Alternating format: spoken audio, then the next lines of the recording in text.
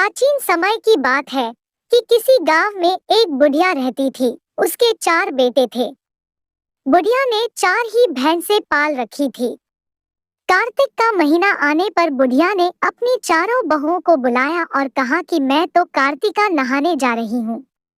तुम चारों एक एक भैंस रख लो, मैं 1 महीने में वापस आऊंगी।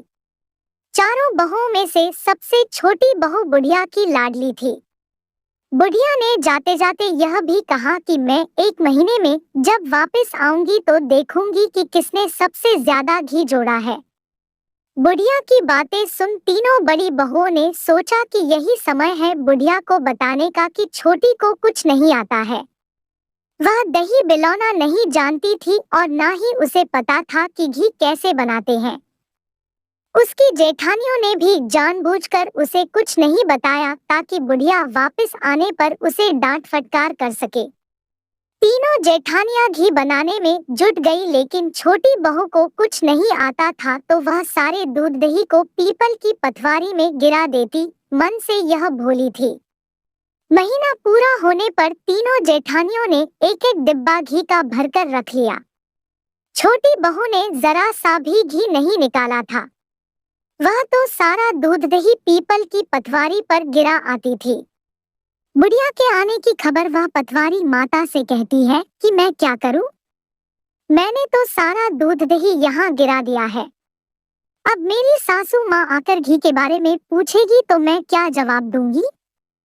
पटवारी माता कहती है कि तुम ये 4 कंकड़ ले जाओ और 4 अलग-अलग डिब्बों में रख देना, इससे चारों डिब्बे घी से भर जाएंगे। उसने साही किया और उसके पास 4 डिब्बे घी हो गया। अब सासू माँ घर आई और आते ही उसने चारों बहुओं को कहा कि लाओ अपना अपना घी दिखाओ कि किसने कितना घी जोड़ा है।